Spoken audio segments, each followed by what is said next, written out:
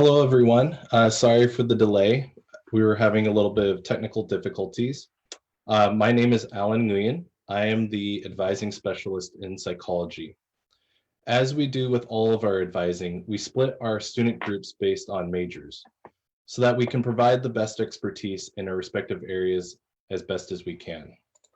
Students studying in psychology at Green River will study not only classes in psychology like lifespan, personality, and general topics, but they will also study other liberal arts courses such as humanities, arts, social sciences, and natural sciences. Just to start, what are some common questions that I find students asking me as an advisor? For starters, the first thing a lot of students will ask, what classes should I take or what classes should I start with in my studies at Green River? And typically for those students, I recommend that everybody start with some English, some math, some psychology, and if there's room, maybe a natural science like a biology or chemistry. Also, I get a lot of students wondering what universities should they be looking at? Where should they transfer? And at Green River International Programs, we have a saying that you can go anywhere from here. You can go anywhere from Green River College. Some common choices that I recommend some students look at, but are not limited to, are University of California, LA, so UCLA, UC Berkeley, UC San Diego, UC Santa Barbara. In addition to them, I also suggest a lot of students look at University of Washington, Seattle, University of Maryland, University of Minnesota, University of North Carolina. I know in the past, some of our students have even looked to go abroad, to go to other countries outside of the United States. That would include Canada, Europe, maybe even certain select universities in Australia. There's no limit to where you can go. I also get often asked, what are some different areas of psychology that you can study? You know, you shouldn't be limited to any one particular area of psychology. Psychology is a broad umbrella with many different specialties. Those include neuroscience, behavioral psychology, general psychology, industrial psychology, but most often, no matter what you end up choosing, I would recommend that students look at additional training with graduate school. So that might look like 6 or more years of potential study in the college and university system. Also, you might be wondering, what the heck is neuroscience? What is behavioral psychology, counseling, etc.?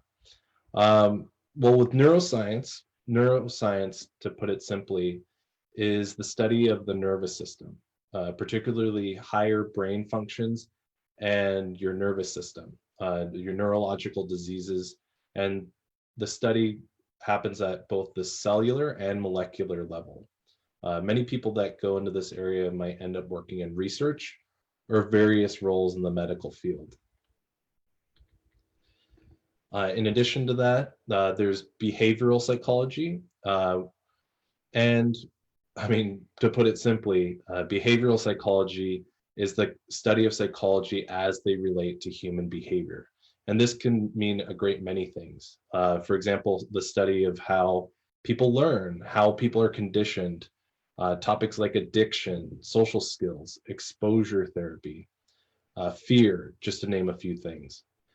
People in this field might work as social workers in social services, community health, substance abuse, and any other related counseling, which I think is a good opportunity to move into to explain what is counseling. And counseling is quite varied.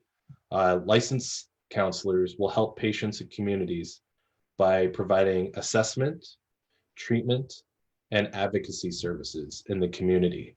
So as cultural changes have mounted in the United States healthcare system, counselors are often called upon to become advocates for their patients. The environment in the United States also has opened up more for people to encourage them to seek help and to contribute to occupational growth. People in this field tend to have to be inclusive in their mindset and their profession to avoid discriminating against any social, cultural, ethnic, and sexual orientation groups. Industrial psychology, or what's sometimes called organizational psychology, are psychologists that maybe work in the business environment in a large organization. As a lot of large organizations, industries, businesses recognize the importance of worker satisfaction and behavior in reaching business goals. So leaders will help identify in organizational psychology to help resolve any issues related to productivity, efficiency, employee recruitment, and talent development. So another important question that a lot of students will ask me is, what is your job outlook going to look like?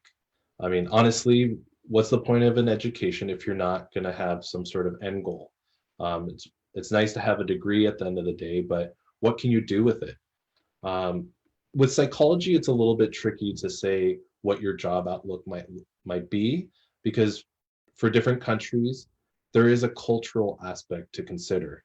So I can't speak for every country in the world, but I know in the United States and many other countries like in Europe or other Western cultures, that mental health is becoming more of an openly talked about topic and an acknowledged topic, maybe more so than in others. And therein lies the opportunities. So those opportunities are wide and varied, as are the mental health issues that often psychologists are trying to deal with. There is a lot of money, a lot of energy, a lot of resources being devoted to things like counseling services, research to assess and treat psychological disorders. In the United States, there is an office through the government called the Bureau of Labor Statistics. And just as an example, they project that substance abuse and behavioral disorder counseling positions will increase by 22% through 2028, which would mean as many as 70,000 new jobs in the United States. And for some perspective, what does that even mean? Well, 22% compared with what's considered 5% of job growth is quite good. So if any job discipline that you're looking at or career says they're going to have 5% growth over the next however many years, that's already considered good. So in this case, opportunities for counselors, psychologists, people in the psychology field, 22% is very good. There's a lot of opportunities here in the United States. And coupled with that, a lot of students, if you're looking a couple steps ahead, are thinking about what are your OPT options right now, especially in this current political environment. For those of you that maybe aren't as aware, what is OPT?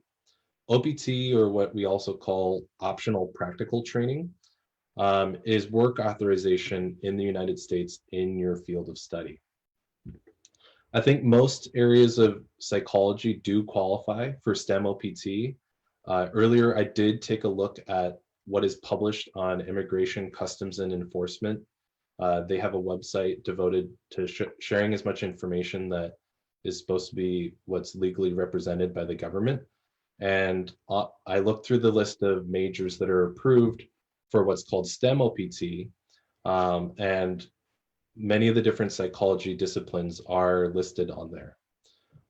For those of you, again, that don't know what even STEM OPT is, STEM is defined as science, technology, engineering, and math. So the United States government will allow you to have not just 1 year of OPT, like for most other majors, but with STEM majors or careers, they give you up to 3 years of OPT in the United States. So the psychology field is good for that reason, that they could give you potentially 3 years of OPT. Of course, you'll want to consult with your targeted 4-year universities in the United States to see if they will support an application for STEM OPT, because it will ultimately depend on them.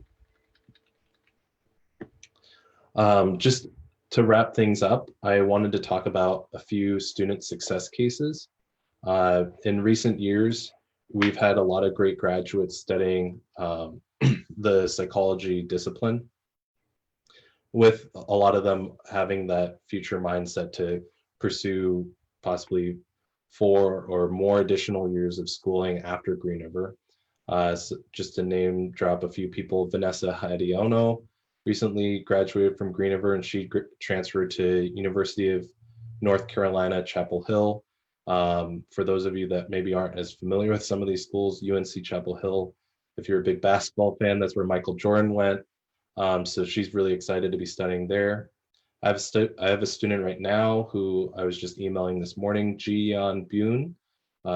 She's planning to study psychology at UW Seattle and has ambitions to eventually go to Cornell University. A couple other graduates recently we had was Zhuang Duan. She graduated and has since transferred on to University of California in Los Angeles.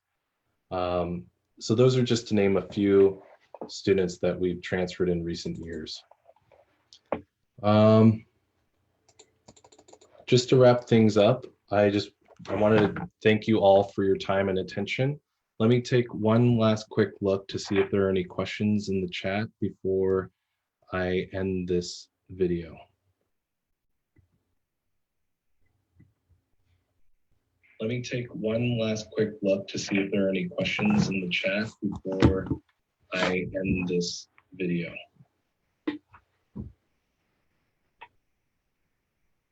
Let me take one last quick look to see if there are any questions in the chat before I end this video. Let me take one last quick look to see if there are any questions in the chat before I end this video. Okay. Well, if any of you are curious or have any more questions, particularly related to this major, please feel free to contact Green River College. My personal email address through the college is anguyen@greenriver.edu. You can also find the Green River website and more general information at greenriver.edu. But otherwise, thank you for your time and your attention. Again, my name is Alan Nguyen, representing Green River College. Have a good day, good evening, good night, wherever you are.